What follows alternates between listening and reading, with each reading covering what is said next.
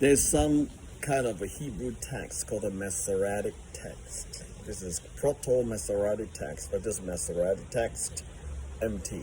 If you want to go a little bit of textual analysis, Masoretic text is the authority text of the whole Hebrew Bible, Old Testament translation. Bruce Waltke, the famous Old Testament theologian, has traced the history of the text from the formative. You see the Masoretic text formation of the Hebrew formation text. Oh, excuse me. Oh, this is the book I'm using right now. Happened about 1400 BC. About 1400 years before Christ, the Hebrew text was being formed. Some people say the earth is like millions of years and all this stuff, and all this. But I saw a tweet the other day. It says that the earliest evidence of writing happens about 5,000 years ago. And then Elon Musk said that's probably the birth of a human civilization, which is making sense, right? And I tweeted this exactly right. Because the earth is now 5 million years old. The earth is like more like 6,000 years, 7,000 years kind of thing, That's where the evidence of writing happened. If Adam is capable of giving names for thousands of animal species, do you think he's not capable of some form of writing? I'm just saying, all right? But Moses, how many years ago was that? Abraham, Moses, Christ is 2,000 years ago. Abraham, Moses, about 2,000 years before Christ. And Adam, if you go through the chronological order from Adam all the way down, you count how many generations, add up the years. Some book must have done research on that, but I'm saying about 5,000 years, 6,000 years. Anyway, the Masoretic text was formed about 1400 BC. That's formation of the Old Testament text, okay? Just pick up some interesting stuff. Waltke also agreed with the opinion that there's diverse type of text types that existed prior to the establishment of the final authority text. That has been developed along until it comes to formation, until the day that it was finalized as the one, which is Masoretic. Tov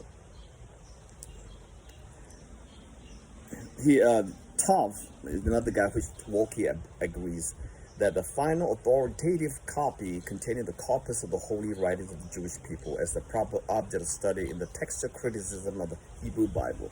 So if you are some sort of a scholar, like I've gone through Greek and Hebrew language, through a lot of pain and sweat, Waltke agrees that the same text became the authoritative text of the church as well as of the synagogue as early as the text critical work of Origen and Jerom. Okay, now this is important names. Origen and Jerom are some of the biggest names of scholars in the early church. They are not as big as Augustine, of course, but they are before Augustine, I think between 200-300 years AD.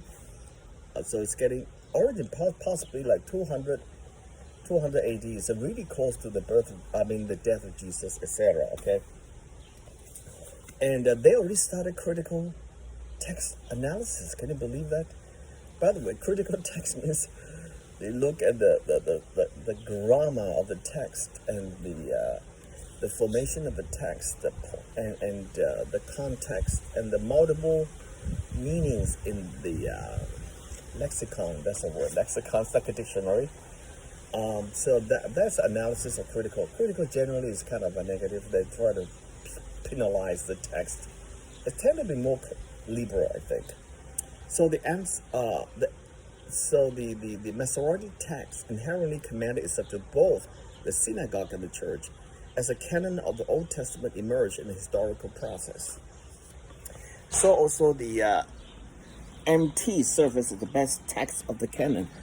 The best text of the canon is the Masoretic text, which is formed at about 1400 BC, and then being fixed at about 100 AD. Okay, so they're diverse. So let me say that there's also a Qumran version. Have you heard of Qumran? Apparently there is a discovery of the Dead Sea Scroll on Qumran. Anyhow, even more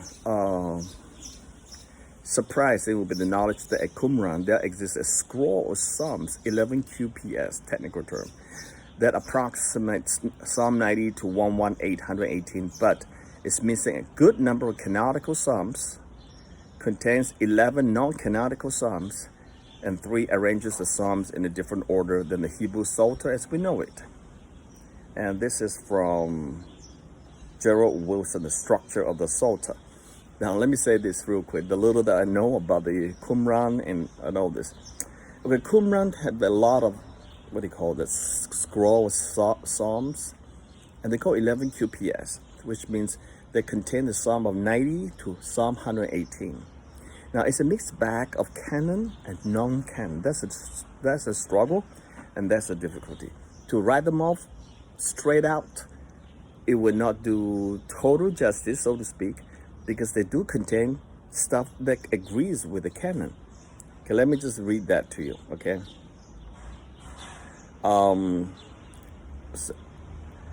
Therefore, the Qumran missed a number of canonical Psalms. For 90 to 118, they missed a number of Psalms, number one. Number two, they contain 11 non-canonical Psalms. And that's a danger, because they add 11 non-canon Psalms, canonical Psalms. Canon means the closed canon of the Bible. The Bible's canon means Revelation. The book canon is the book of Revelation, accepted as the authoritative from the inspiration of the Holy Spirit for us, okay?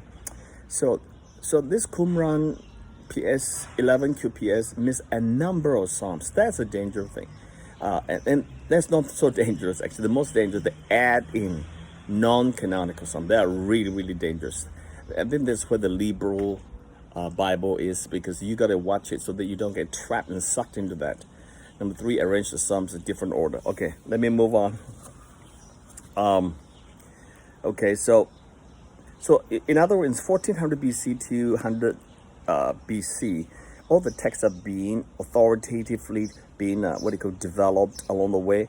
Finally, the text emerged. They're very similar, by the way, very similar, close to one another. But the Masoretic text emerged as a final authority text along the way. All right, and that becomes a corpus writing of the Jewish people, and the Hebrew Bible, Jerom, and you know all these guys. Now, Walkie agrees with the opinion that this same text became the authoritative text of the church, of the synagogue, of text critical work Origin and Jerom. We say that. Now, Brevat Childs summarizes the logical conclusion of the history of the text very well.